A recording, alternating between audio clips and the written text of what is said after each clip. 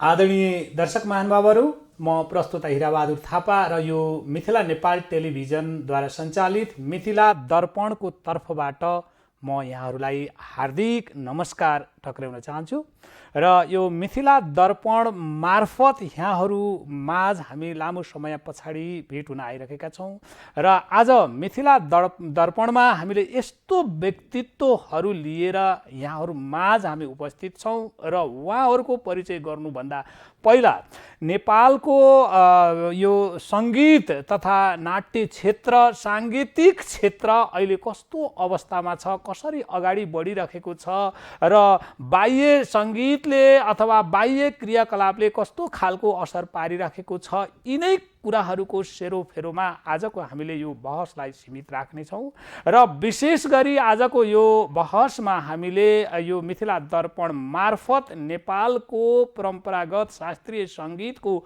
अवस्था के छ र केही समय अगाडि लगभग हामीले एक हप्ता अगाडि यही मिथिला नेपाल टेलिभिजन मार्फत सङ्गीत प्रवीण नरराज ढकालज्यूको जुन शतवार्षिकी शास्त्रीय सङ्गीत सप्ताहव्यापी हामीले चाहिने एउटा गोष्ठी पनि हामीले यहाँबाट प्रसारण गरेका पनि थियौँ। यहाँहरूलाई कस्तो लाग्यो त्यो कार्यक्रम, त्यसको बारेमा पनि क्रमशः प्रतिक्रिया जनाइदिनको लागि हामी अनुरोध पनि गर्दछौँ र त्यही कार्यक्रमको समीक्षा र शास्त्रीय सङ्गीतको नेपालको अवस्था कस्तो त, शास्त्रीय सङ्गीतको महत्त्व के हो र यस्तै विषयमा यो शास्त्रीय सङ्गीतसँग प्रत्यक्ष संलग्न रहनुभएको प्रबुद्ध व्यक्तित्वहरू माझ हामी आज यहाँहरूसँग उपस्थित छौँ र उहाँहरूको विचार, उहाँहरूको धारणा र शास्त्रीय सङ्गीत के हो यसको बारेमा बुझिदिनको लागि हार्दिक अनुरोध गर्दै अब मैले आजका चाहिने व्यक्तित्वहरूलाई यहाँहरू माझ म परिचित गराउन गइरहेको छु र आज मैले परिचित गराउने पहिलो व्यक्तित्व हुनुहुन्छ सङ्गीता प्रधान। सङ्गीता प्रधान जुन म्याडम भनेको एउटा यस्तो व्यक्तित्व हो, उहाँ चाहिने यो ललित कला त्रिविवी को चाहिने उहाँ प्रमुख पनि हुन्छ, ललित कलाको उहाँ प्रमुख पनि हुनुहुन्छ त्रिविवीको र त्यस्तै गरेर उहाँ यो के अरे शास्त्रीय सङ्गीतमा एक खालको चाहिने राम्रो प्रभाव रहेको व्यक्तित्व पनि हुनुहुन्छ र उहाँलाई मैले यस कार्यक्रममा हार्दिक स्वागत गर्न चाहन्छु। स्वागत छ सङ्गीता म्याडम यहाँलाई। धन्यवाद हजुरलाई र मिथिला टेलिभिजनलाई धन्यवाद दिन चाहन्छु। त्यसै गरेर मैले फेरि म्याडमलाई पनि धन्यवाद दिँदै अब मैले अर्को दोस्रो व्यक्तित्व, यस्तो व्यक्तित्व यहाँहरू माझ मैले लिएर आइरहेको छु र आजको व्यक्तित्व यस्तो हुनुहुन्छ कि जुन यो नेपाल शास्त्रीय सङ्गीत समाजको उहाँ अध्यक्ष हुनुहुन्छ र उहाँले पनि अहिलेको यो शास्त्रीय सङ्गीत मूल्यको अवस्था के छ यिनै सेरोफेरोमा हामीले उहाँका पनि धारणाहरू पक्कै पनि बुझ्नेछौँ र उहाँ हुनुहुन्छ धनबहादुर गोपाली। मैले धनबहादुर गोपाली सरलाई यस कार्यक्रममा हार्दिक स्वागत गर्दछु। स्वागत छ धनबहादुर सर यहाँलाई। धन्यवाद।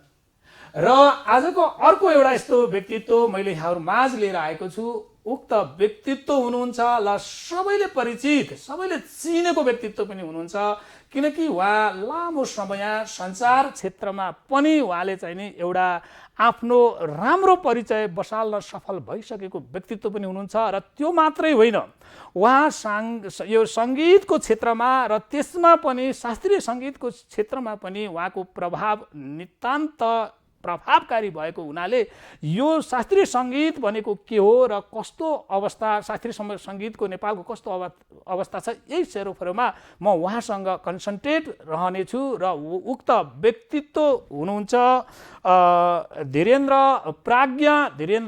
प्रेमर्षि र धीरेन्द्र प्रेमर्षि भनेको एउटा यस्तो व्यक्तित्व हो, उहाँ नाट्य तथा सङ्गीत एकाडेमी जुन छ प्रज्ञा प्रतिष्ठानको उहाँ चाहिने यो शास्त्रीय सङ्गीत विभाग प्रमुख पनि हुनुहुन्छ र मैले धीरेन्द्र प्रेमर्षि सरलाई यस कार्यक्रममा हार्दिक स्वागत गर्न चाहन्छु। तर स्वागत छ धीरेन्द्र सर यहाँलाई। धन्यवाद यहाँलाई र मिथिला नेपाल टेलिभिजन र मिथिला दर्पण कार्यक्रम हेरिरहनुभएका सम्पूर्ण श्रोता दर्शकहरूमा मेरो अभिवादन पनि। र यस्तै गरेर आज एउटा यस्तो व्यक्तित्व हुनुहुन्छ जुन मैले अगाडि जुन यो सङ्गीत प्रवीण नरराज ढकालज्यूलाई जुन हामीले स्मरण गरिरहेका छौँ र उहाँकै सुपुत्र उहाँ हुनुहुन्छ प्रभुराज ढकाल र प्रभुराज ढकाल सँग मैले एउटा यो सङ्गीतको सर्जक यो परम्परागत अथवा शास्त्रीय सङ्गीतको सर्जक नरराज ढकाल सङ्गीत प्रवीण नरराज ढकालको बारेमा पक्कै पनि उहाँको सुपुत्रले केही न केही अलिकति गहिरा कुराहरू र उहाँ जुन आफ्नो बुबाबाट त्यो सङ्गीत क्षेत्रमा कसरी प्रभावित भएर लाग्नुभयो अथवा के भयो उहाँ कसरी यो क्षेत्रमा आउनुभयो यही पेरिफेरीमा रहेर मैले उहाँसँग मेरो संवादलाई चाहिँ नि सीमित राख्नेछु र अब मैले उहाँलाई परिचय गराउँदैछु। उहाँ हुनुहुन्छ यो प्रभुराज ढकाल र उहाँ वरिष्ठ परम्परागत शास्त्रीय सङ्गीतज्ञ पनि हुनुहुन्छ उहाँ र मैले प्रभुराज ढकाल सरलाई यस कार्यक्रममा हार्दिक स्वागत गर्न चाहन्छु। स्वागत छ प्रभु सर यहाँलाई। यहाँहरू सबैलाई नमस्कार। अब मेरो पहिलो जिज्ञासा हाम्रो सङ्गीता म्याडम मार्फत अगाडि बढ्नेछ र सङ्गीता म्याडमलाई मेरो पहिलो जिज्ञासा के रह्यो भने हामीले जुन गत हप्ता नै भन्नुपर्ला गत हप्ता यो सङ्गीत प्रवीण नरराज ढकालज्यूको स्मृतिमा शतवार्षिकी यो शास्त्रीय सङ्गीत महोत्सव हामीले चाहिँ नि यहाँ सञ्चालन भएको थियो र यो शास्त्रीय सङ्गीत र नरराज ढकालज्यूको बारेमा म्याडमको आफ्नो धारणा चाहिँ राखिदिनुहोस् न म्याडम। धेरै धेरै धन्यवाद थापाज्यूलाई। र यो जुन कार्यक्रम अब गुरुलाई त म एकदमै सम्झन चाहन्छु र उहाँको नाममा या उहाँको शतवार्षिकी जुन चाहिँ गोल्डन बर्थ एनिभर्सरी थियो उहाँको त्यो उहाँलाई सम्झेर त्यो कार्यक्रम यसरी चाहिँ प्रस्तुत गरिदिनु भयो। विशेषतः नेपाल नाट्य सङ्गीत एकाडेमी का विशेष हाम्रो धीरेन्द्रजीले चाहिँ शास्त्रीय सङ्गीतका प्रमुख पनि हुनुहुन्छ उहाँले विशेष आफ्नो भनौँ न इच्छालाई र केही गरौँ भन्ने त्यो सोच राखेर र साथै हाम्रो नेपाल शास्त्रीय सङ्गीत समाजले पनि त्यसमा चाहिँ सहकार्य गरेर र नरराज सङ्गीत प्रतिष्ठानले पनि त्यसमा सहकार्य गरेर र मिथिला टेलिभिजन मार्फत जुन किसिमको यो पहिलो सायदै यस्तो कार्यक्रम भएको छ र म धेरै धेरै धन्यवाद चाहिँ मिथिला टेलिभिजनलाई पनि दिन चाहन्छु। र यो जुन किसिमले हामीले साताव्यापी शास्त्रीय सङ्गीत सम्मेलन गऱ्यौँ र धेरै कलाकारहरू यसमा सम्मिलित भए र श्रोताहरूले पनि भनौँ न एक एक घन्टा त्यो शास्त्रीय सङ्गीतको जुन चाहिँ रसवास्वादन गर्नुभयो त्यसको लागि एकदमै एकदमै हृदयबाट चाहिँ धन्यवाद दिन चाहन्छु। साथै एकदमै खुसी व्यक्त गर्न चाहन्छु। कमसेकम पनि एउटा महान साधक हुनुहुन्थ्यो उहाँ र सङ्गीतको साधकको रूपमा उहाँलाई म मेरो जब चाहिँ काठमाडौँमा म प्रवेश गरेर पढिसकेर म जब यहाँ काठमाडौँ आएँ र मैले सिधै चाहिँ ललित कला क्याम्पसमा पढाउने मौका पनि पाएँ। प्राध्यापन मैले त्यति बेलादेखि नै सुरु गरेको र त्यो समयमा म भर्खर 25-26 वर्षको उमेरको र गुरु त्यति बेला त्यहाँ हुनुहुन्थ्यो एज अ सिनियर उहाँले पढाउनुहुन्थ्यो र मलाई यति साह्रो माया दिनुभयो उहाँले। गाइड हुन्छ नि एउटा गाइड जस्तो म त इन्डियाबाट सिकेर आएको मलाई खालि हिन्दी बन्दिसहरू मात्रै आउने हामीले यहाँ नेपाली बन्दिसमा सिकाउनु पर्ने र मैले गुरुबाट डाइरेक्टै भनौँ न शिक्षा ग्रहण नगरे तापनि म त्यो ताका मैले गुरुबाट जति पनि उहाँले मलाई आइडिया दिनुहुन्थ्यो यसो गर र बन्दिसहरू उहाँले त्यति बेला मलाई उहाँको शास्त्रीय गायन भन्ने बुक पनि ल योबाट सिकाऊ भनेर दिनुहुन्थ्यो होइन। र कोही बेला मलाई सन्चो नहुँदा या म छुट्टीमा जानु पर्दाखेरि पनि ल तिमी जाऊ ढुक्कसँग जाऊ म तिम्रो क्लास लिइदिन्छु भनेर जुन चाहिँ आफ्नोपन उहाँले मलाई दिनुभयो जुन माया उहाँले मलाई दिनुभयो सायद आफ्नै गुरुले पनि त्यतिको माया दिनुहुन्न थियो होला। त्यसले गर्दाखेरि उहाँलाई म एकदमै गुरु नै तुल्य मान्छु एकदमै। र हामी गर्वान्वित छौँ नरराज ढकाल जस्तो सङ्गीत प्रवीण नरराज ढकाल जस्तो साधकलाई हामी नेपालीहरूले पायौँ। र भनौँ न त्यो समयमा उहाँले भन्नुहुन्थ्यो कथाहरू सुनाउनुहुन्थ्यो। अरे म चाहिँ एकदमै इम्प्रेस पनि किन थिएँ भने राजगायक हुनुहुन्थ्यो उहाँ महेन्द्रको राजगायक भनेपछि एक किसिमको म इन्डियामा बसेर पढेको भएर मलाई त्यो भनौँ न एउटा सपना जस्तो ड्रिम जस्तो कारण हामीले राजाहरू त्यति बेला नेपालमा मात्रै थिए होइन। नेपालका राजाको राजगायक भनेपछि त्यो एक किसिमको नराजगुरुलाई भेट्ने चाहना होइन। र पछि भेटिसकेपछि यति मिठो स्वभाव, यति मायालु स्वभावको, माने उहाँले कहिले पनि त्यही त्यो मलाई महसुसै हुनु दिनु भएन कि उहाँ त्यहाँसम्मको साधक। मलाई यति साह्रो पनि आफ्नै छोरी जस्तो, आफ्नै भनौँ न आफ्नै चेली जस्तो गरेर उहाँले सम्पूर्ण कुरा, त्यो चाहिँ एउटा ठुलो साधकमा मात्रै त्यो गुण देखिन्छ। त्यसले गर्दाखेरि गुरुसँगको त्यो सम्बन्धलाई कहिले पनि बिर्सिँदैन, त्यो गुणलाई कहिले पनि बिर्सिँदैन। त्यसले गर्दा आज यहाँ छु होइन। भनेपछि मैले हाम्रो सङ्गीता म्याडम मार्फत के कुरा चाहिँ नि जानकारी पाएँ जस्तो लाग्यो भने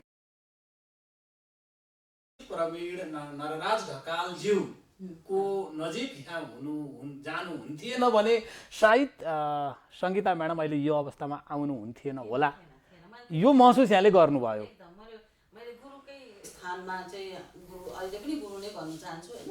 गुरुलाई चाहिँ मैले सम्झना गर्न चाहन्छु, श्रद्धासुमन भित्रबाटै आउँछ होइन। र त्यो गुण भनेको चाहिँ यस्तो हुँदो रहेछ, अहिले आएर चाहिँ गुरुलाई केही गर्नु पाइनँ भन्ने पनि फिल हुन्छ होइन। कारण गुरु एकदमै त्यो 70 को एजमा हुनुहुन्थ्यो, सायद 70s को एजमा हुनुहुन्थ्यो, साइकल चलाएर आउनुहुन्थ्यो, एकदमै इम्प्रेसिभ है। हजुरले अहिले पनि साइकल नचढ्नुहोस् गुरु भन्दाखेरि त्यो साइकल चढ्दा कस्तो मजा आउँछ भन्नुहुन्थ्यो। हेल्दी हुनुहुन्थ्यो त्यो समयसम्म पनि होइन, क्लास गरिराख्नुहुन्थ्यो र हामीलाई चाहिँ बाटो देखाउनुहुन्थ्यो, यसो गर्नुपर्छ। त्यसपछि उहाँ प्राज्ञ हुनुभयो। प्राज्ञ भइसकेपछि उहाँले शास्त्रीय सङ्गीतको एउटा कार्यक्रम पनि एभ्री फ्राइडे विकली गर्नुहुन्थ्यो है। विकली त्यसरी चाहिँ कार्यक्रम पनि उहाँले चलाउनु भयो र त्यो भनौँ न त्यो हाम्रो गर्वको कुरा हो। त्यो समयमा सङ्गीतको भन्नु शास्त्रीय सङ्गीत तर्फबाट चाहिँ गुरु चाहिँ प्राज्ञ हुनुभएको थियो। अब म चाहिँ नि म्याडम पछाडि हाम्रो यो नेपाल शास्त्रीय सङ्गीत समाजको जुन अध्यक्षज्यू धनबहादुर गोपाली सर हुनुहुन्छ र धनबहादुर गोपाली सरलाई पनि मेरो दुईवटा जिज्ञासा रह्यो।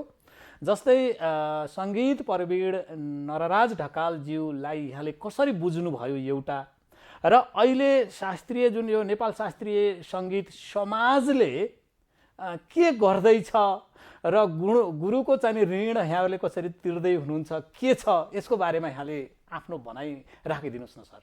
धन्यवाद। सर्वप्रथम त म आदरणीय नरराज गुरुलाई प्रणाम गर्न चाहन्छु। उहाँ मेरो मात्र होइन, नेपालका शास्त्रीय सङ्गीतका प्राय धेरै शास्त्रीय सङ्गीतज्ञहरूका गुरु हुनुहुन्थ्यो।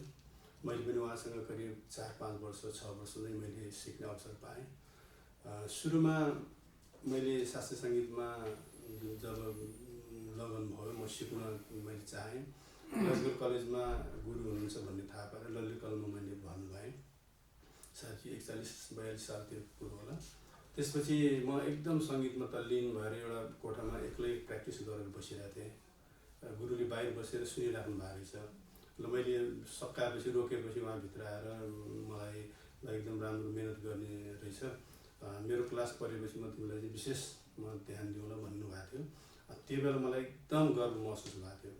यसरी उहाँसँग सुरु पहिलो त्यसरी मैले चिन्जान वा भेट्ने अवसर पाएँ। र सुरुमा मेरो कलेजमा क्लास चाहिँ अर्कै सरसँग पढेको थियो, धर्मानन्द गुरुसँग। र त मेरो पढाइ चाहिँ सुरुमा मैले बिएसम्म अर्थशास्त्र इकोनोमिक्समा गरेर मास्टर्स गर्दा गर्दै मैले छोडेर म्युजिकमा आइए पढ्नु गएको। त्यही कारणले गर्दाखेरि मेरो एउटा मात्रै विषय पढेको थिएँ मैले त्यहाँ ललित कलामा। अनि मेरो टाइम खाली हुन्थ्यो, सबै क्लासमा बस्थेँ। नरराज गुरुको हरेक आइए बिए सबै क्लासमा बस्थेँ, पुरै समय सबै क्लासमा बस्थेँ। मेरो अरू क्लास लिनु पर्दैन थियो। यसरी मैले सिक्ने अवसर पाएँ र त्यो अवसर एउटा यस्तो स्वर्णिम अवसर मैले प्राप्त गरेको थिएँ। मेरो क्लासमा सङ्गीत सिक्ने विद्यार्थीहरू पनि पहिला सुरुमा 5-7 जना थिए, बिस्तारै घट्दै घट्दै गएर 2 जना बाँकी गयो। म एक्लै मात्रै पढ्ने भएँ त्यहाँ मेरो क्लासमा। र त्यही बेला अब नरराज गुरुले सिकाउने तबलामा चाहिँ हाम्रो पण्डित होमनाथ उपाध्याय हुनुहुन्थ्यो। 2 जनाले तबला र बजाउने र उहाँ सिकाउने। होमनाथ गुरुले भन्नुभयो, मलाई अहिले पनि याद छ, तिमी जस्तो भाग्यमानी को होला। अब नरराज गुरु जस्तोले सिकाउने अनि मैले तबला सङ्गत गर्ने, तिमी एक्लै पढ्ने, यो त पैसा तिरेर सिक्छु भन्दा पनि पाउँदैन, त्यस्तो अवसर तिमीले पाएछौ भनेर भन्नुहुन्थ्यो कि। त्यसरी मैले सङ्गीत सिक्ने अवसर पाएँ। र नरराज गुरु यति सरल स्वभावको, एउटा लपन छपन नभएको, एकदम निस्वार्थ भावले सिकाउने व्यक्ति। उहाँको प्रभाव त्यो बानी मलाई चाहिँ साह्रै नै मनपर्ने। उहाँले कहिले पनि ठुलो भएर घमण्ड गरेर त्यस्तो गरेको मैले 5-7 वर्षको उहाँसँगको बसाइमा कहिले पनि त्यस्तो मैले देखिनँ। तर उहाँको फेरि गायन कला यति राम्रो थियो, त्यसले त्यति आकर्षक थियो। मलाई लाग्छ नेपाली शास्त्रीय सङ्गीतको त्यो टाइममा उहाँको गायकीले ठुलो योगदान वा प्रभाव पारेको जस्तो मैले महसुस गरेको छु। शास्त्रीय गायक त्यो बेला कतिपय हाम्रा कलाकार आदरणीय व्यक्तित्व हुनुहुन्थ्यो, त्यति गायनमा रस नहुने अथवा चाहिँ अलिकति कर्कश अथवा सुन्नलाई आकर्षण गर्न नसक्ने खालको पनि मैले देखेको छु। तर गुरुको यति राम्रो उहाँको प्रस्तुति हुन्थ्यो, छोडेर जानै नसक्ने अथवा सुन्नु लाग्ने त्यस्तो खालको कलाबाट चाहिँ उहाँ एकदम कला थियो उहाँकोमा त्यस्तो व्यक्ति। र अब त्यस्तो व्यक्ति पनि अहिलेको समयमा अहिलेको नयाँ जेनेरेसनहरूले नराज ढकाल भनेर नचिन्ने जस्तो अवस्था अहिले मैले सृजना भएको छ, त्यस्तो महसुस गरेको छु। त्यो अवस्थामा जुन अहिले यो सङ्गीत नाट्य एकाडेमीले जुन कार्यक्रम यो सप्ताहव्यापी यो शतवार्षिक कार्यक्रम यो गर्यो, यो चाहिँ साह्रै नै सराहनीय काम भएको। त्यसमा चाहिँ एउटा शास्त्रीय सङ्गीत समाजको अध्यक्षको नाताले शास्त्रीय सङ्गीतको तर्फबाट पनि म यसमा सानै रूपमा हामीले सहभागिता जनाउनु पाएकोमा धेरै मलाई खुसी लागेको छ। र हाम्रो यो मिथिला टेलिभिजनले जुन यो शतवार्षिक कार्यक्रम यसरी आयोजन गर्नुभयो त्यसका लागि पनि तपाईँहरू पनि एकदमै धन्यवादका पात्र हुनुहुन्छ। तपाईँलाई पनि धेरै धेरै म मुरी धन्यवाद दिन चाहन्छु। र यस्ता कार्यहरू आगामी दिनहरूको पनि यहाँहरूले निरन्तर रूपमा केही फरक तरिकाबाट कसरी हुन्छ यो गरेर जानुपर्छ, त्यसका लागि हामी शास्त्रीय सङ्गीत समाज लगायत हामी सबैले तपाईँहरूलाई सक्ने चाहिने हामी सक्ने चाहिँ सहयोग गर्न हामी एकदमै तत्पर छौँ भन्न चाहन्छु। र अब शास्त्रीय सङ्गीतको अवस्थाका बारेमा कुरो गर्नुपर्दा नेपाली शास्त्रीय सङ्गीत समाजले अहिलेसम्म हामीले गर्न सकेका गतिविधिहरूमा पनि म अलिकति प्रकाश पार्न यहाँ चाहन्छु। शास्त्रीय सङ्गीत समाज विगत 2 वर्षदेखि फेरि पुनर्जीवित भएको संस्था हो। पहिला धेरै अगाडि यो संस्था सुरु भएर बिचमा 5-7 वर्ष त्यस्तै विभिन्न कारणले गर्दा यो निष्क्रिय प्राय भइराखेको संस्था हो। र विगत 2 वर्षमा हामीले स्थापना गरेर यसलाई चाहिँ फेरि पुनर्जीवन दिएर यो कामहरू सुरु गर्न थालेका छौँ। शास्त्रीय सङ्गीतको हकितको लागि हामीले यो संस्था स्थापना गरेका हौँ। तर जुन गतिमा हामीले अब यसको विकास गर्नुपर्ने त्यो त त्यति अझै हामीले गर्न सकेका छैनौँ। केही जति सक्यो हामीले गर्ने प्रयास गरेका छौँ। सुरुमा हामीले रेडियो नेपालबाट प्रसारण गर्ने कार्यलाई निरन्तरता दिन हामीले केही प्रयास गरेका थियौँ। केही हदसम्म हामी सफल पनि भएको थियौँ। र बिचमा फेरि विभिन्न समस्याहरू त्यसै प्राविधिक कारण वा विभिन्न कारणले गर्दा फेरि निरन्तरता हामीले दिन सकिरहेका छैनौँ। र अब संस्थालाई विकास गर्नुपर्छ, यसलाई चाहिँ विस्तृतीकरण गर्नुपर्छ भन्ने उद्देश्यले हामीले यसलाई यो अहिले प्रदेश 7 प्रदेशमा हामीले यसको सुरुवात यसको विस्तार गरेका छौँ। र अहिले हाम्रो देशभरि मात्र होइन, यसलाई विदेशमा पनि पुर्याउनु पर्छ भन्ने उद्देश्यले विभिन्न 5-7-8 देशहरूमा हामीले यसलाई विस्तार गर्ने क्रम सुरु गरेका छौँ। र भर्खरै पनि हामीले एउटा पत्रिका निकाल्ने भन्ने उद्देश्यले हामीले एउटा सङ्गीत दृष्टि भन्ने पत्रिका पनि प्रकाशन गरेका छौँ। अहिले यस्तै खालको हामीले कार्य गर्दै आएका छौँ। र आगामी दिनमा अझ हामीले सशक्त रूपमा यसलाई चाहिँ अगाडि बढाउनुपर्छ, गर्नुपर्ने बाँकी नै छ, त्यो गर्ने हामी प्रयास गर्नेछौँ भन्न चाहन्छु। अब सरलाई धन्यवाद जुन यहाँले एउटा आफ्नो लगभग यहाँले गरेको जे जति अनुभव छन् ती कुराहरू विस्तारित रूपमा सरले राखिदिनु भयो। अब मैले त्यस्तै गरेर अब हाम्रो धीरेन्द्र यो प्रज्ञा धीरेन्द्र प्रेमर्शी सरसँग आउँदैछु र यहाँ पक्कै पनि यो सङ्गीत तथा नाट्य प्रज्ञा प्रतिष्ठानको यहाँ चाहिँ नि शास्त्रीय सङ्गीत विभाग प्रमुख पनि हुनुहुन्छ र पक्कै पनि यहाँले यो शास्त्रीय सङ्गीत के हो भन्ने कुरा यहाँले जे जति बुझ्नु भएको छ, जे जति गरिराख्नु भएको छ, लगभग अरू जो कहिले यहाँले बुझ्या जस्तो र यहाँले गरे जस्तो अरूले गर्न सक्ने ठाउँ पनि छैन यहाँले जुन गरिराख्नु भएको छ।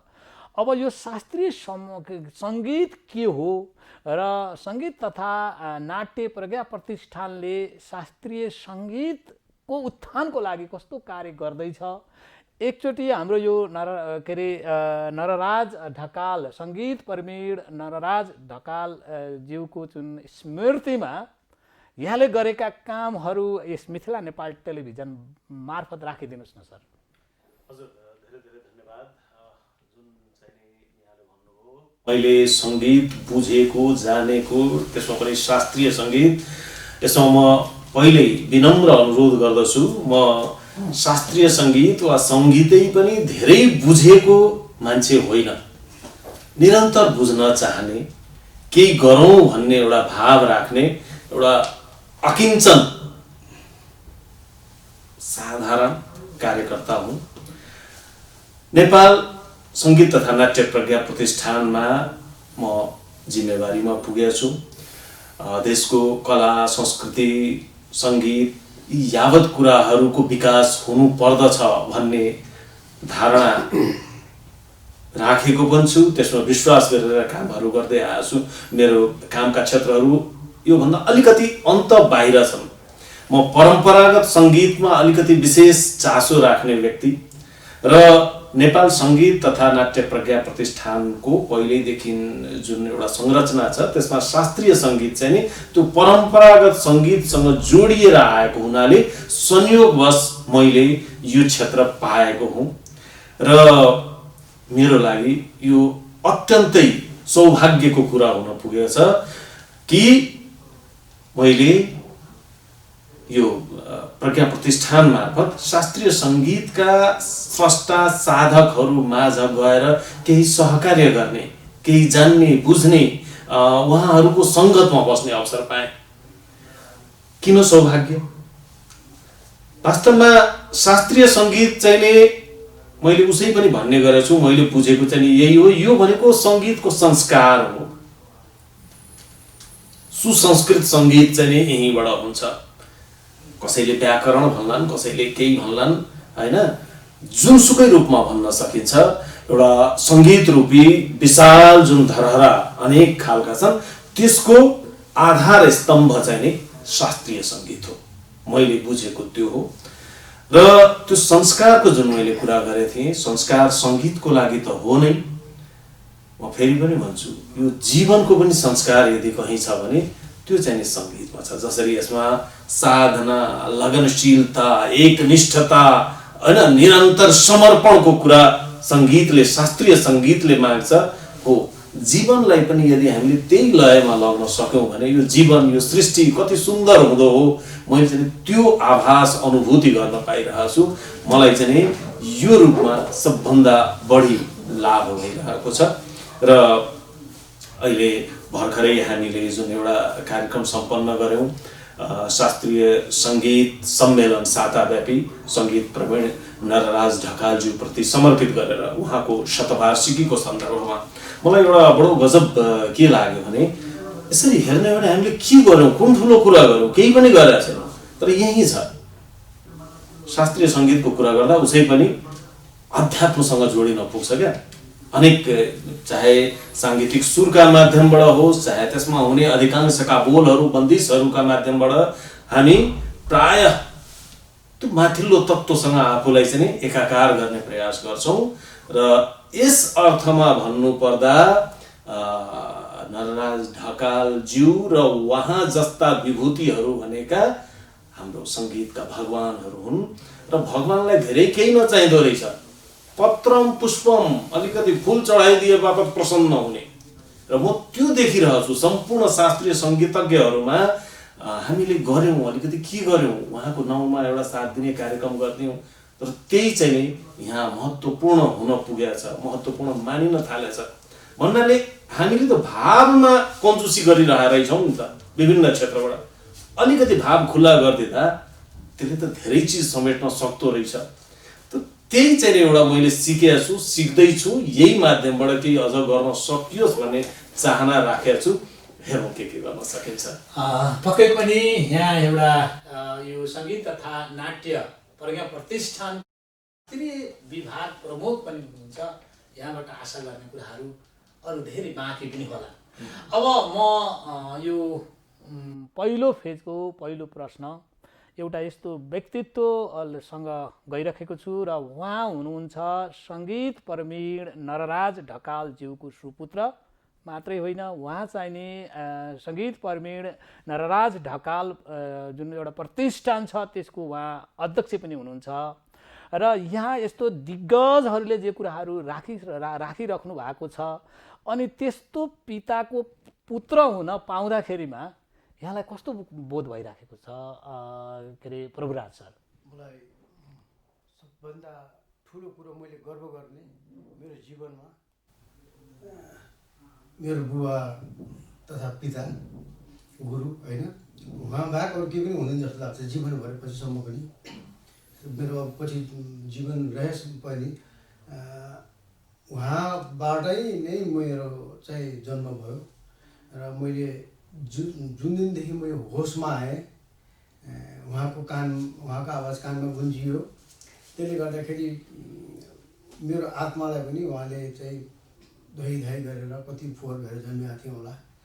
उहाँको आवाजले चाहिँ मलाई यतातिर डोर्यायो वास्तवमा। अब उहाँको मैले त केही पनि गरेको छैन वास्तवमा। बुवाले एउटा सङ्गीत रूपी वृक्ष रोपेर जानुभएको छ, त्यहाँ फल लाग्छ कहिलेकाहीँ, मैले टिपेर खाने मात्रै हो। मैले गरेर खास त्यति मात्रै छु, वास्तवमा केही गर्न सकेको छैन। इच्छा छ त्यो वृक्षलाई त मर्न नदिउँ, कमसेकम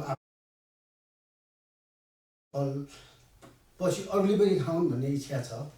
त्यसको लागि चाहिँ मेरो जीवन पनि त्यस बुवाले जसरी आफ्नो जीवन सिद्ध्याउनु भयो म पनि त्यसरी सिद्ध्याउन पाएँ, म आफूलाई भाग्यशाली सम्झिन्थेँ। पक्कै पनि आदरणीय दर्शक महानुभावहरू, यो वरिष्ठ व्यक्तित्वहरूको सङ्गीतसँग जोडिएको वरिष्ठ व्यक्तित्वहरूको यो सार्वजनिक भनाइ मैले पनि सुन्दै गर्दाखेरिमा महाकवि लक्ष्मीप्रसाद देवकोटाको भनाइ मलाई याद भयो। जिउँदै मरेको भने नाम कसको, जिउँदै मरेको भने नाम कसको, उद्दाम बिन बित्छ काल जसको। हेर्नुहोस्, मान्छे एकपटक मर्छ, जन्मिन्छ र मर्ने हो र धेरै मान्छे पृथ्वीमा जन्मे मरे सबैलाई थाहा छ। तर जुन हाम्रो सङ्गीत प्रवीण नरराज ढकालज्यू जहाँ यहाँ सबै व्यक्तित्वहरूले गुरु भनेर पनि उहाँलाई चाहिँ नि सम्बोधन गर्नुभएको छ र नरराज गुरु जस्तो व्यक्तित्व यहाँ समाजमा धेरै हुनुहुन्छ। तर आफूभित्रको क्षमता के हो त्यो पहिचान गर्न सक्नु पर्यो र फेरि अर्को नरराज ढकाल गुरु फेरि यहाँ जन्मनु पर्ने छ।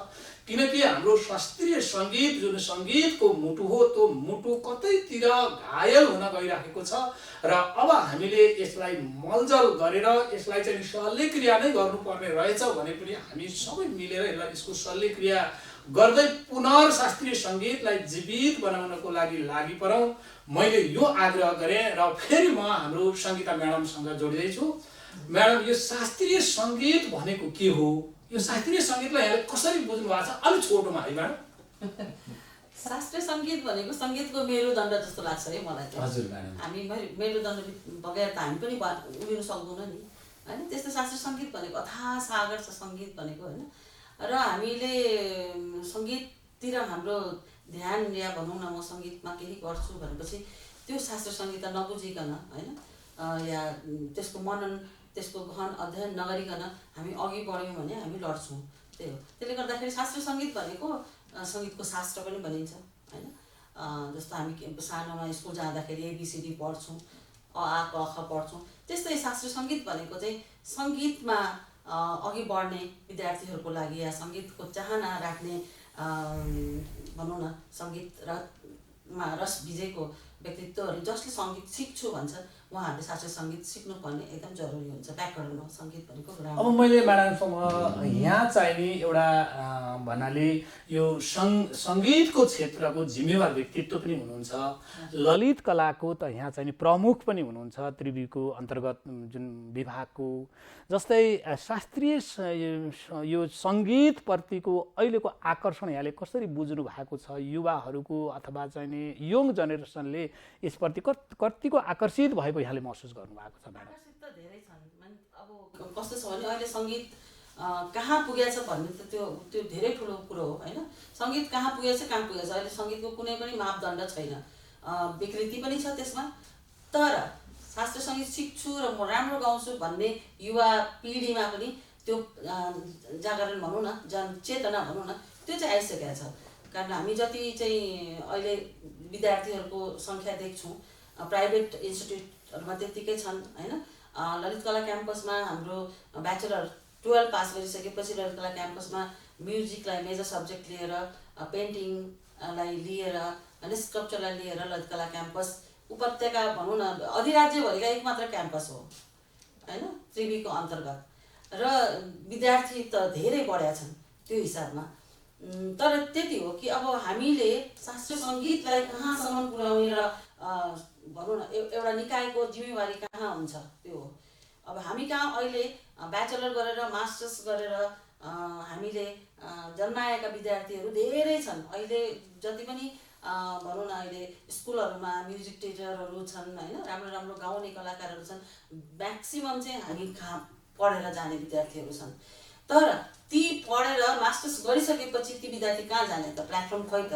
ती प्लेटफर्महरू चाहिँ हामीले अलिकति यो मिडियाहरूले पनि ती प्लेटफर्म, म धेरै धन्यवाद दिन चाहन्छु मिथिला टेलिभिजनलाई, कारण अहिलेसम्म हामीले चाहिँ भनौँ कुनै पनि टेलिभिजनबाट चाहिँ शास्त्रीय सङ्गीतको प्रसारण गुरु आजभन्दा चाहिँ 30औं वर्ष अगाडि चाहिँ शास्त्रीय सङ्गीतको अलग्गै एउटा आलाप भन्ने कार्यक्रम नेपाल टेलिभिजनबाट प्रसारित हुन्थ्यो, र त्यसपछि पनि हामी चाहिँ यो शास्त्रीय सङ्गीत समाज गएर हामीले चाहिँ कतिपल्ट रिक्वेस्ट पनि गरिसक्यौँ, ल तपाईँहरूले राखिदिनु पऱ्यो, यो त राष्ट्रिय एउटा च्यानल हो होइन, राष्ट्रमा सबैले हेर्छन् नेपाल टेलिभिजनलाई, तपाईँहरूले कमसेकम पनि यति गरिदिनु भएदेखि हामी अलिक धन्य हुन्थ्यौँ भन्ने हामीले धेरै निवेदन पनि गऱ्यौँ, तर त्यो निवेदन हाम्रो सुनिएन।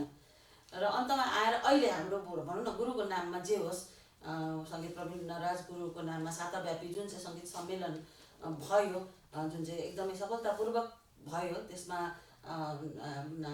नेपाल नाट्य सङ्गीत प्रतिष्ठानलाई एकदमै धन्यवाद मुरी धन्यवाद दिन चाहन्छु। कारण योभन्दा पहिला चाहिँ सङ्गीत नाट्य एकाडेमीको तर्फबाट कुनै पनि यस किसिमको वर्षमा एउटा शास्त्रीय सङ्गीत कार्यक्रम गर्ने भन्ने मात्रै थियो, र यस किसिमको जुन चाहिँ महर्षिजीले लिनुभयो, धीरेन्द्रजीले जुन चाहिँ स्टेप लिनुभयो होइन, त्यो चाहिँ एकदमै सराहनीय छ। धन्यवाद धीरेन्द्रजी।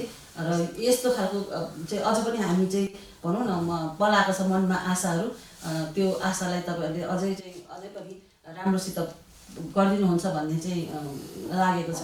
अब मैले हाम्रो सङ्गीता म्याडमलाई अलिकति आश्वस्त हुन पनि हामी यस टेलिभिजनको तर्फबाट आग्रह गर्छु मेरो ठाउँबाट, किनभने नेपाल टेलिभिजनले गरेन, उसले तपाईँहरूलाई माया गरेन, तर फेरि नेपाल टेलिभिजन तर मिथिला थपिएको नेपाल टेलिभिजन छ, त्यसले त पक्कै पनि यहाँहरूलाई सुरुवातमा यहाँहरूलाई माया गरेको छ।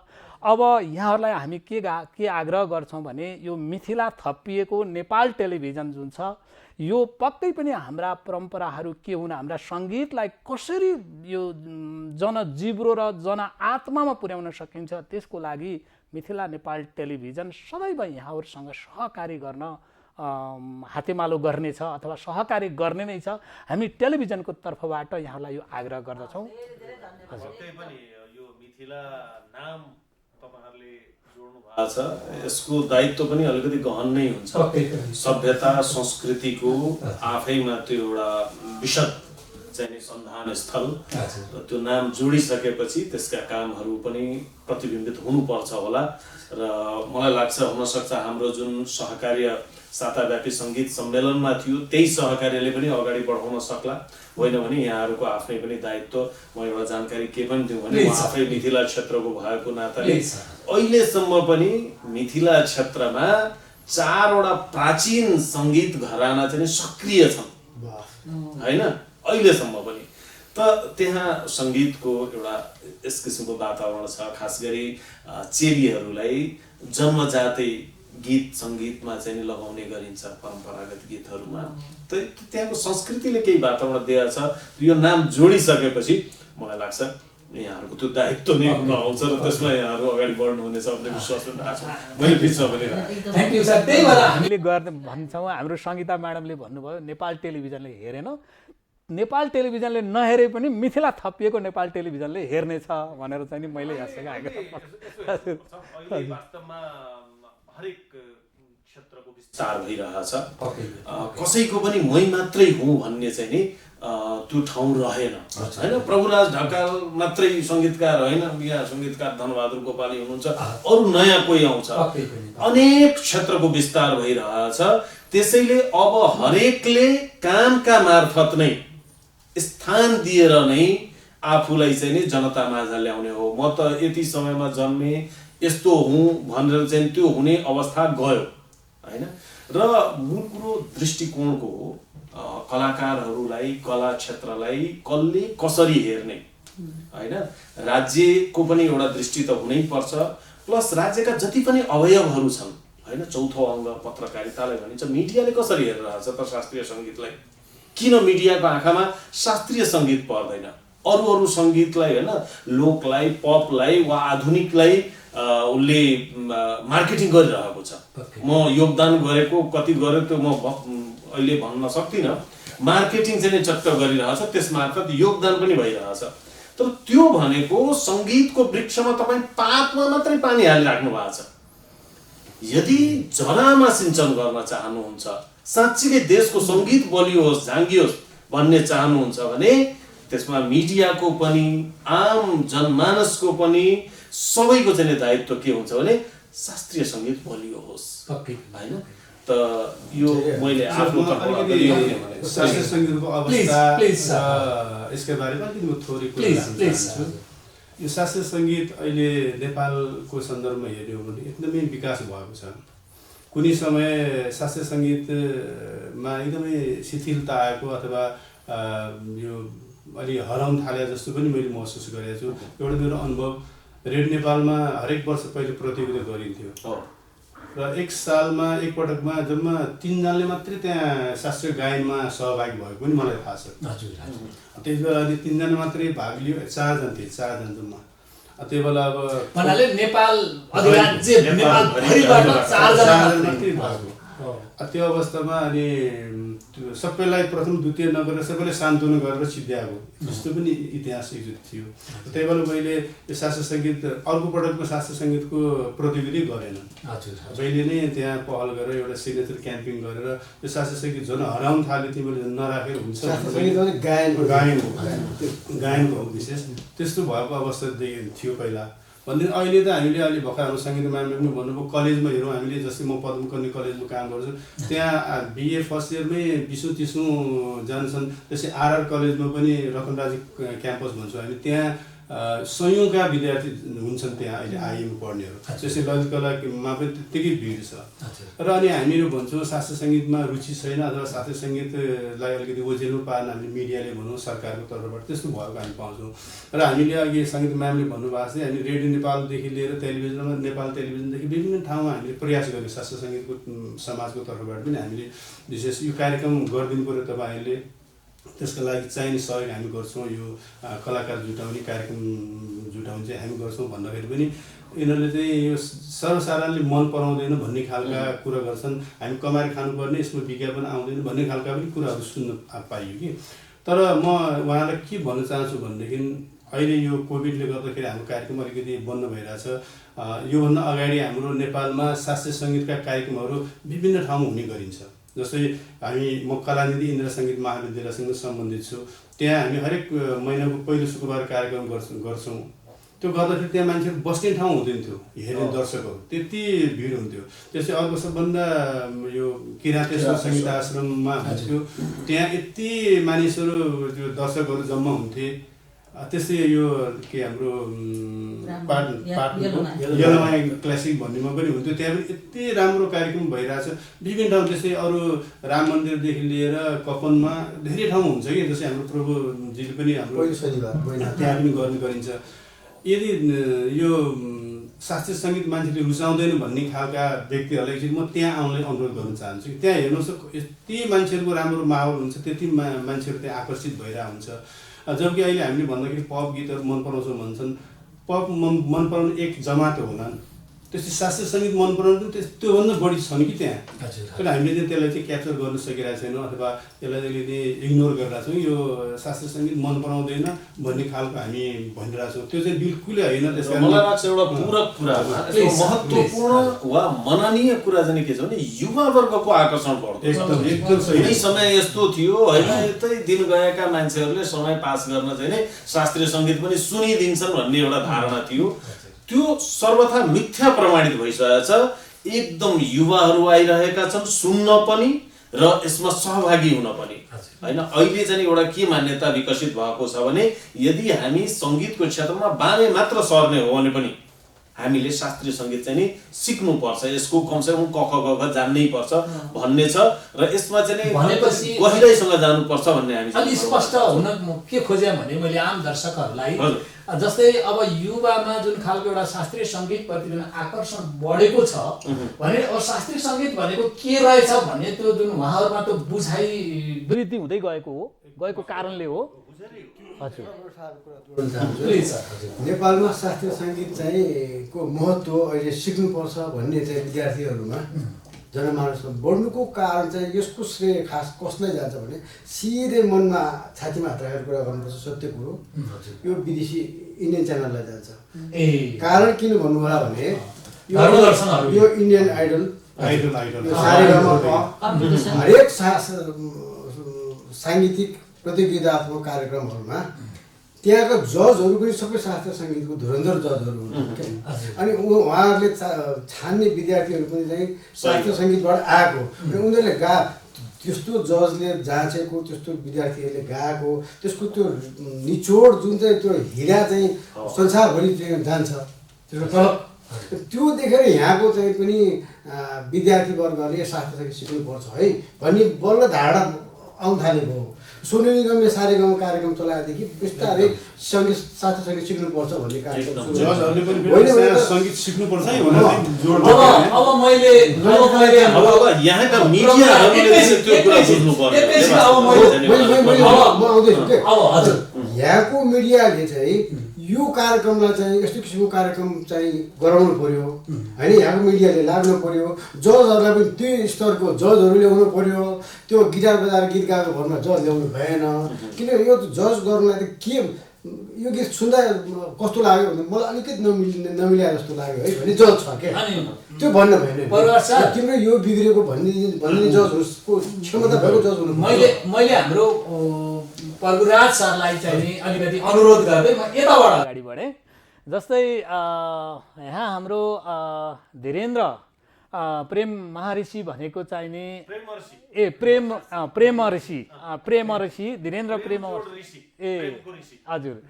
अब सरलाई चाहिँ नि धीरेन्द्र सरलाई चाहिँ नि म के भन्छु भनेदेखि जस्तै अहिले हाम्रो प्रभुराज ढकाल सरले भन्दै गर्दाखेरिमा अनि यहाँ अहिले जुन जिम्मेवारीमा हुनुहुन्छ, जुन ठाउँमा जुन जिम्मेवारीमा हुनुहुन्छ त्यो जिम्मेवारीका साथ कस्तो बोध भइराखेको छ सर यहाँलाई? हेर्नुहोस् यो जिम्मेवारी वास्तवमा बाहिर छौन्जेल मलाई पनि लागेको थियो यो ठाउँबाट धेरै चिज गर्न सकिन्छ। जिम्मेवारी त्यो त्यस्तै ठाउँ नै हो, त्यहाँबाट गरिनु पर्ने हो। तर हामीले हाम्रो मानसिकता राष्ट्रिय मानसिकतालाई चाहिँ यहाँ बिम्बित गर्नै पर्छ। एउटा चाहिँ के छ भने हाम्रो बुझाइ अहिले पनि भनिन्छ होइन कलाकारहरू भनेका त देशका गहना हुन्, बुझाइ यही गलत छ।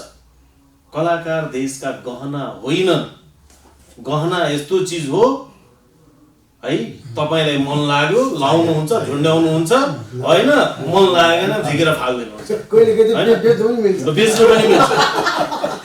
कलाकार राष्ट्रका अङ्ग हुन् होइन।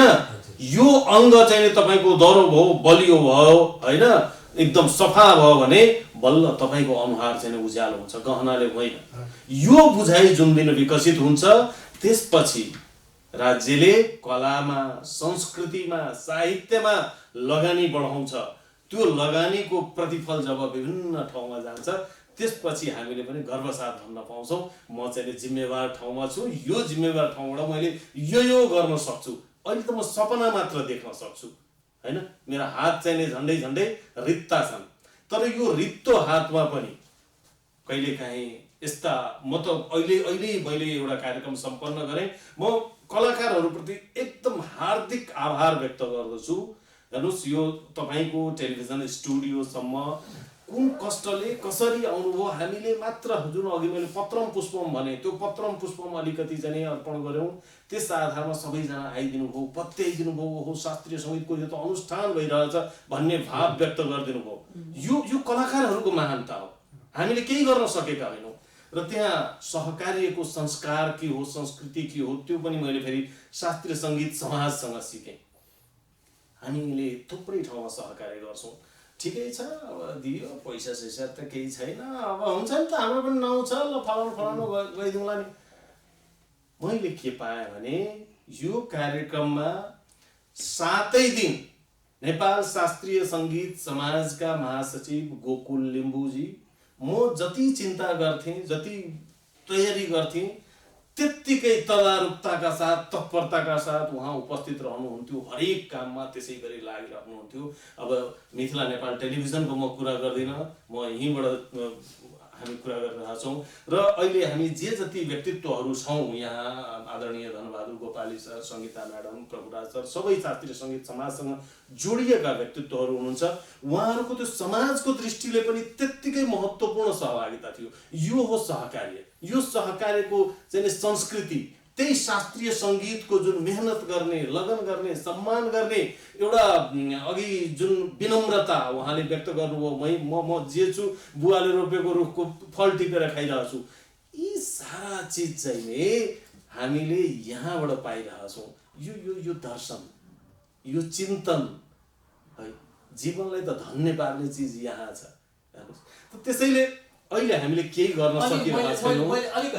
अलिकति यसलाई अलिकति छलफलमा फल टिपेर खाने कुरो कता कता अगाडि मलाई लागेको पनि लागेको थियो। म कुनै न कुनै कोडबाट यसलाई अगाडि बढाउँछु भन्ने। अनि जस्तै हाम्रो प्रभुराज सरले पनि त्यो कुरा राख्नुभयो, हेर उठाइदिनु भयो। मलाई के भन्न मन लाग्यो भने त्यो हाम्रो बानी र जुन सोच छ नि, बानी र सोचले हामीलाई चाहिँ अलिकति सङ्कुचित अथवा चाहिँ अलिकति गर्नुपर्ने भावनामा सङ्कुचित बनायो भन्दा के हुन्छ? बिल्कुलै होइन। हजुर, यसले झन् विस्तार दिएछ। उहाँले रुख रोप्नु भएको थियो, कसैले त सिंचन गरे होला नि, निरन्तर गोडमेल गरे होला नि। आज होइन, रोपिएकै छ। त्यसै नि त हिजो हो नरराज ढकाल एकजना देखिनुहुन्थ्यो, आज हेर्नुहोस् न यहाँ 3 जना नरराज ढकाल त यहीँ हुनुहुन्छ होइन। त्यसैले त्यो भएको छैन भनेर चाहिँ नभन्नुहोस् होइन। तर यो चाहिँ नै एउटा श्रेयको संस्कृति जुन हो नि, म मिथिलाबाट आएको, जहाँ छठ पूजा गरिन्छ, अस्ताउँदो सूर्यलाई पूजा गरिन्छ। किन गरिन्छ? यो सूर्य कुनै बेला उदाएको थियो, दिनभरि यसले हामीलाई ऊर्जा दिएको छ, उष्मा दिएको छ, जीवन दिएछ। त्यो सूर्यलाई विनम्रतापूर्वक बिदाई हो नि त। त्यो हो, त्यो कुरा प्रभुराजीको कुरामा थियो। अब मैले अलिकति यो सेसनलाई मैले अलिकति क्रिटिकल सेसन बनाएको छु। प्लिज।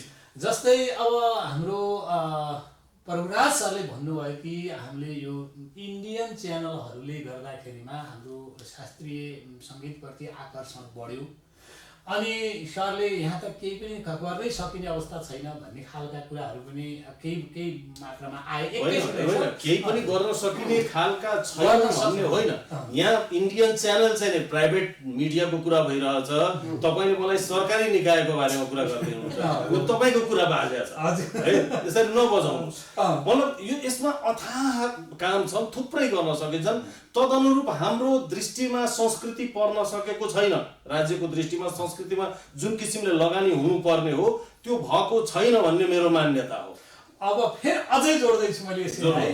जस्तै यही कुरा गरेँ, यही कुरा। अनि त्यसमा एउटा कुरा मैले के थपेँ भने जस्तै अगाडि सङ्गीता म्याडमले के अरे नरराज गुरु चाहिँ नि साइकल चढेर नथाकिकन, यदि उहाँले साइकल नचढेर यसरी यहाँ थाकिदिएको भएदेखि त अहिलेसम्म त रुख पनि त रोपिने थिएन होला अथवा के हुन्थ्यो होला। जस्तै यहाँको अनुभव अनि यो नेपाल शास्त्रीय सङ्गीत समाजको अध्यक्ष अनुभव र अध्यक्षको नाताले यहाँको धारणा राखिदिनुहोस् न सर, त्यो साइकलसँग जोडेर। नरराज गुरु पछिल्लो समयसम्म पनि उहाँले साइकल चढ्नुहुन्थ्यो। एउटा हाम्रो एक किसिमको त्यो साइकल चाहिँ नि मैले एउटा प्रतिबिम्बको रूपमा लिएको हुँ, मैले पनि त्यो साधनको रूपमा होइन है। ललित कला कलेजमा पढ्थेँ, उहाँ चाहिँ राजदरबारबाट आउनुहुन्थ्यो र त्यसरी नै आउनुहुन्थ्यो।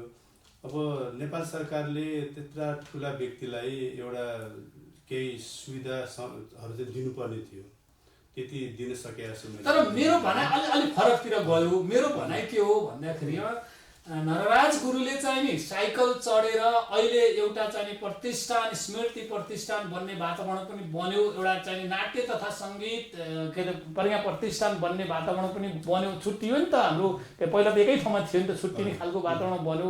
यसरी बन्यो र अब ती साइकलहरू लगभग हराए। साइकल अहिले चाहिँ नि अब ठुला साइकलहरूमा गएका छन् भनेपछि अनि जस्तै त्यो यहाँको त्यो अनुभव र तपाईँको चाहिँ अझै किन चाहिँ हामीले इन्डियन च्यानलको भर किन परिराख्नु परेको होला, किन इन्डियन च्यानलको कारणले आकर्षणतिर जान पर्यो? मेरो यतातिर अलिकति कुरो क्रिटिकल सेसनै भनेको थिएँ मैले।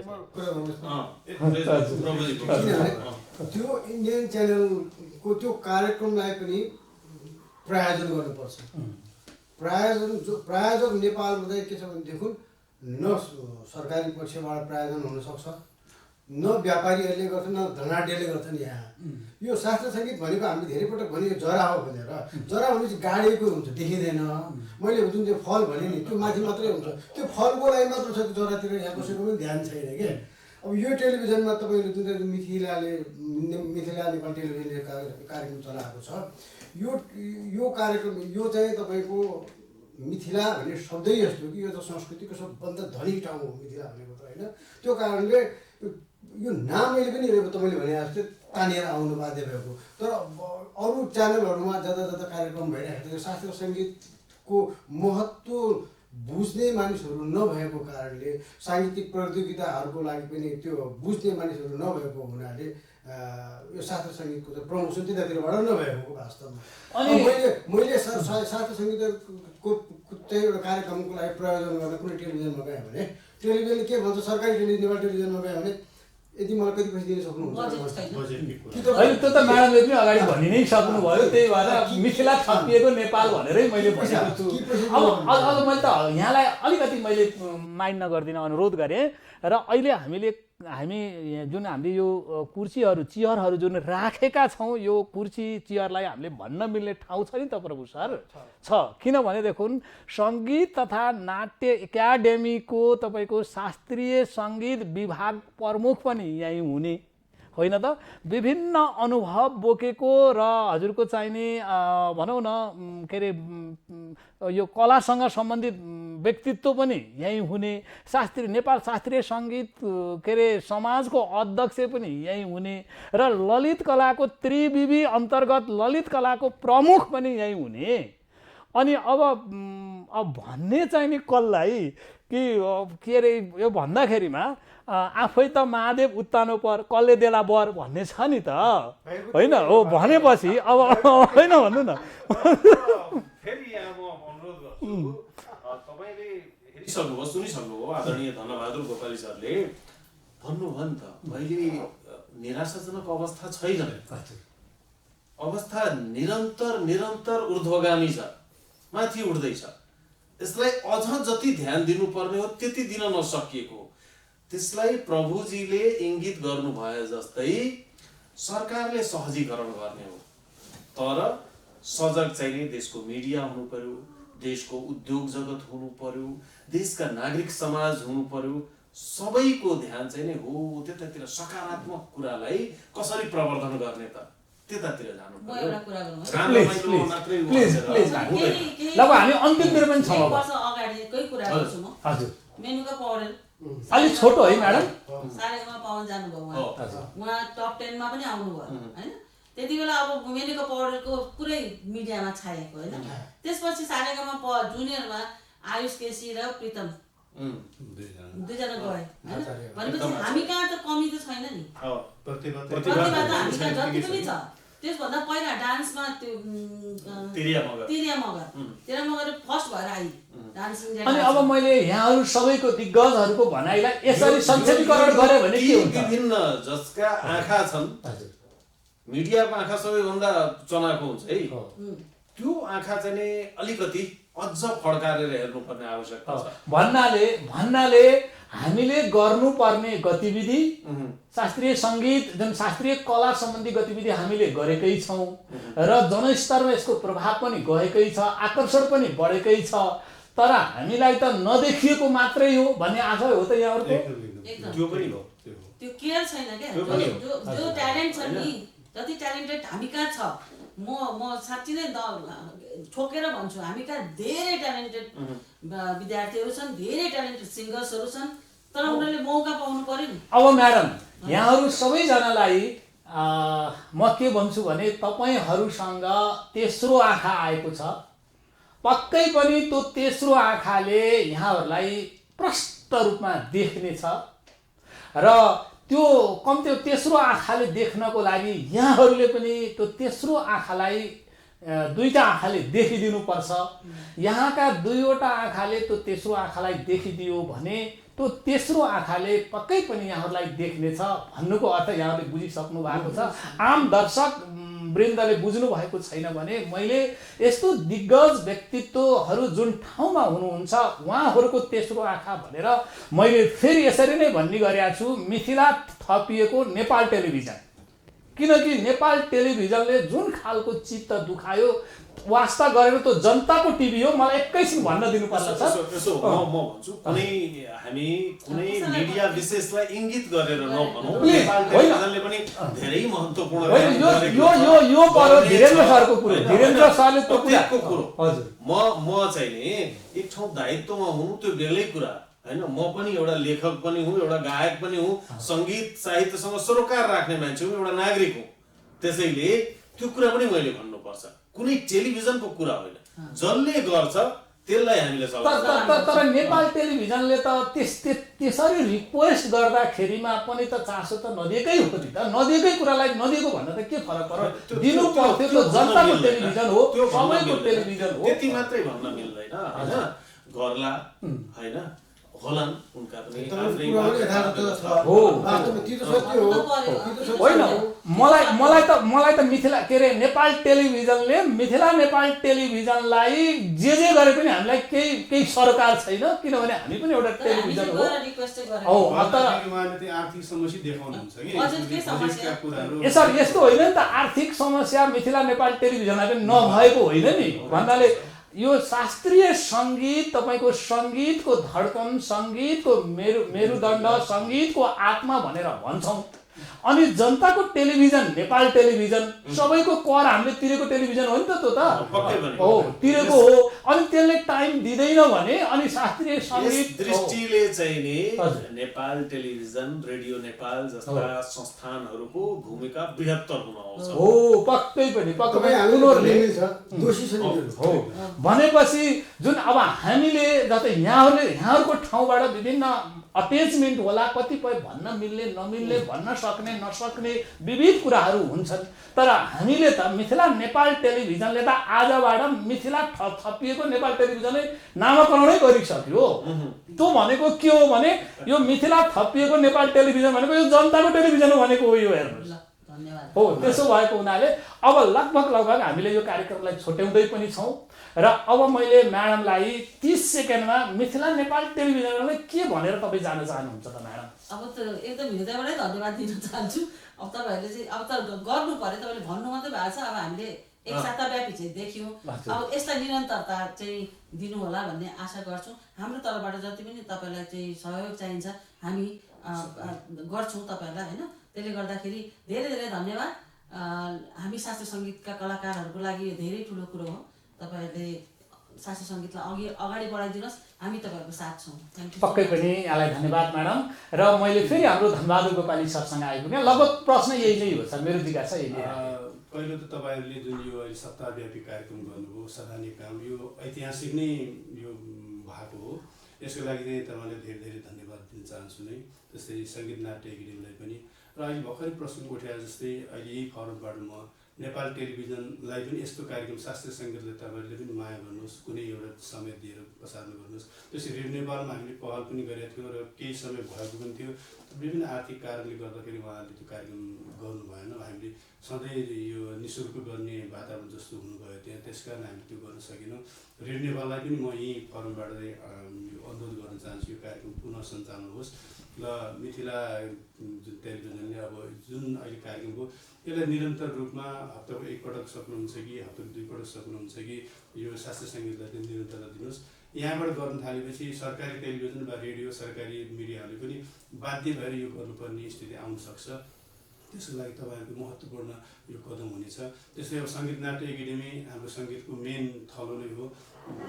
त्यहाँबाट चाहिँ जुन सम्भव भएको अहिले जुन कार्यक्रम सराहनीय काम भइरहेको छ यसलाई चाहिँ फेरि निरन्तरता दिनु पऱ्यो। जस्तै पहिले पनि मैले कुरो गरेको थिएँ, यो अहिले हाम्रो आदरणीय सङ्गीत प्रेमी नरराज ढकालको त्यस्तै अब अरू पनि हाम्रो सङ्गीत वाद्य शिरोमणि हुनुहुन्छ, गणेशलाल ओस्ता सङ्गीत शिरोमणि हुनुहुन्छ। त्यस्तै अरू पनि शम्भु प्रसाद मिश्र वरिष्ठ एकदम विद्वान हुनुहुन्छ। त्यस्तै हाम्रो गणेश भण्डारी गुरु हुनुहुन्छ। उहाँहरूको पनि नामबाट यस्तै कार्यक्रमहरू उहाँले गर्दै जानुहोस्। यही भन्दै यो शास्त्रीय सङ्गीतको उत्थानमा हामी सबैको सहयोग होस्। शास्त्रीय सङ्गीततर्फबाट म अनुरोध गर्छु। पक्कै पनि हाम्रो धीरेन्द्र प्रेमर्जी सर हुनुहुन्छ। अब जस्तै उहाँ शास्त्रीय सङ्गीत विभाग प्रमुख यो के अरे सङ्गीत तथा नाट्य एकाडेमीको हुनुहुन्छ। अब उहाँ प्रज्ञा पनि हुनुहुन्छ र उहाँले एउटा लगभग उहाँकै अगुवाईमा जुन मिथिला नेपाल टेलिभिजनलाई यो जुन हाम्रो नवराज गुरु भने मैले नरराज गुरु भनेर मैले अहिले भने, सबैले गुरु भन्नुभयो, मैले पनि म पनि चेलै हो उहाँको भनेपछि अब नरराज गुरुको चाहिने जुन शतवार्षिकी सप्ताह जुन एउटा शास्त्रीय सङ्गीत महोत्सव हामीले गऱ्यौँ लगभग यसमा सरको खटाइ धेरै छ। यहाँहरूले पनि हामीलाई माया गर्नुभयो, विश्वास गरिदिनु भयो। अब त्यो कार्यक्रमको पनि छोटो टेलिभिजनले को बारेमा समीक्षा गर्दै छोटो समीक्षा गर्दै आफ्नो भनाइ चाहिँ नि 30 सेकेन्ड जति भइदिए साह्रै राम्रो हुन्थ्यो। 2-3टा कुरा भन्नुपर्ने हुन्छ। एउटा त धनबहादुर सरले जुन भन्दै हुनुहुन्छ अन्यान्य विभिन्न विभूतिहरूको नाममा पनि मलाई लाग्छ यो एउटा परम्पराको थालनी भयो। सङ्गीत नाट्य प्रज्ञा प्रतिष्ठानले गर्यो। सङ्गीत नाट्य प्रज्ञा प्रतिष्ठानले नै कति गर्ला त्यो आगामी समयको कुरा हो। यदि भन्यो भने मेरो कार्यकाल अझै अब 2 वर्ष बाँकी छ, यो बिचमा कति गरिएला। तर विभिन्न सङ्घ संस्थाहरू छन्, तिनले पनि यसलाई चाहिँ नि एउटा मार्गदर्शन मानेर यसै गरी विभिन्न व्यक्तित्वहरूप्रति समर्पित गरेर केही गर्न सकिन्छ भन्ने एउटा दृष्टिकोण बनाउन सकिन्छ। एक अर्को चाहिँ म छोटो भन्न चाहन्छु, वास्तवमा यो कोभिड र केही अन्य कारणले हामीले केही सोचे जस्ता कामहरू गर्न सकेनौँ। आज मैले यहाँ स्पष्ट पार्नुपर्ने हुन्छ, हाम्रो देशको गौरव सगरमाथा र शास्त्रीय सङ्गीत चाहिँ नि मैले भने त्यो गौरवलाई उकास्न सक्ने एउटा महत्त्वपूर्ण चाहिँ पक्ष हो। त्यसलाई हामीले सगरमाथाको आधार शिविरसम्म पुर्याउने योजना चाहिँ राखेका थियौँ गत वर्ष भ्रमण वर्ष 2020 को सन्दर्भमा। तर यो कोभिडले गर्दा त्यो स्थगित भयो। एउटा बडो महत्त्वाकाङ्क्षी योजना थियो, किनकि अब कलाकारहरूको यस्तो साथ पाइराखिएछ, यो त सगरमाथै पुर्याउनु पनि कुनै ठुलो कुरो छैन क्या। हामीले आधार शिविर वा नाम्चे बजारसम्म गएर प्रतीकात्मक रूपमा शास्त्रीय सङ्गीत सम्मेलन चाहिँ नि त्यहाँ गरौँ भन्ने एउटा प्लान त्यो थियो। फेवा तालमा एउटा नौका विहारका साथको प्लान थियो, रारा तालको त्यस्तै थियो। यी सारा परिस्थितिले सकिए र अहिले निकट भविष्यमा चाहिँ यो सम्भव होला जस्तो पनि म देखिरहेको छैन। राजनीतिजन्य कारणहरू पनि छन्, तर पनि हाम्रो प्रयास छ कुनै अनुकूल वातावरण छिचिक्क पाइयो भने हामीले त्यो गर्छौँ। मलाई कुन कुराले चाहिँ विश्वास बढाएछ भने शास्त्रीय सङ्गीत फाँटका हरेक स्रष्टा साधकहरू अत्यन्तै सकारात्मक सोच र चिन्तन भएका, सहयोगी भाव भएका।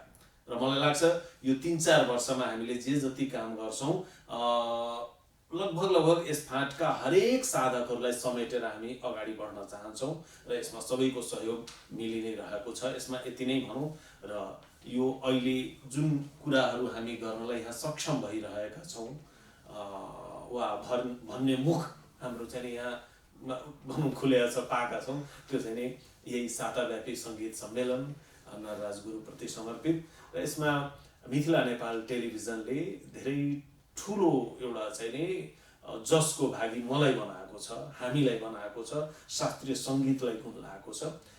मैले भने यसमा विभिन्न ठुला भनाउँदा टेलिभिजन, राष्ट्रप्रति हामीले दायित्व बोकेका छौँ है भनाउँदा टेलिभिजन माध्यमहरूलाई पनि हामीले पहल गरेका थियौँ एउटा सरकारी निकाय भएर पनि। तर पैसा बिना वा चाहिँदो पैसा बिना हाम्रो त्यो प्रयास फेल भयो। धनबहादुर सरसँग धेरै चरममा कुरा भएको थियो। म निकै निराश थिएँ। निराश हुँदा हुँदै पनि होइन, छोड्न त हुन्न भनेर आखिर डुल्दा डुल्दै म एक किसिमले मेरै घर आइपुगेँ मिथिला, होइन। यो मिथिला टेलिभिजनसँग भेटघाट भयो र यहाँको सहकार्यले हामीले यो एउटा पुनित कार्यलाई चाहिँ नि अन्जाम दिन पायौँ। यसका लागि मिथिला नेपाल टेलिभिजनप्रति पनि धेरै धेरै आभारी छौँ र शास्त्रीय सङ्गीत समाजले जुन किसिमले यसमा संयोजनकारी भूमिका निर्वाह गरिदियो त्यो त स्तुत्य छँदैछ। धन्यवाद सरलाई। अब प्रभुराज सरको चाहिँ भनाइ केही छ त सर? हजुर, प्रभुराज सर सबैभन्दा बढी धन्यवाद त मैले दिनुपर्ने हो वास्तवमा यो कार्यक्रमको लागि सबैजनालाई। अब सबैभन्दा सुरुमा सम्झना चाहिँ नेपाल नाट्य सङ्गीत सक्के जति छोटो गराउने सर दिन चाहन्छु कि नाट्य सङ्गीतको आठमा शास्त्रीय सङ्गीत समाजको संयोजकले गर्दा जुन कार्यक्रम भयो र यो कार्यक्रमलाई जनमानसमा चाहिँ तपाईँहरूको कारणले देखाउने मौका जुन पाइयो होइन, त्यसले गर्दा शास्त्रीय सङ्गीतको चाहिँ महत्त्व बढ्या छ। त्यसको लागि हृदयदेखि धन्यवाद दिन चाहन्छु।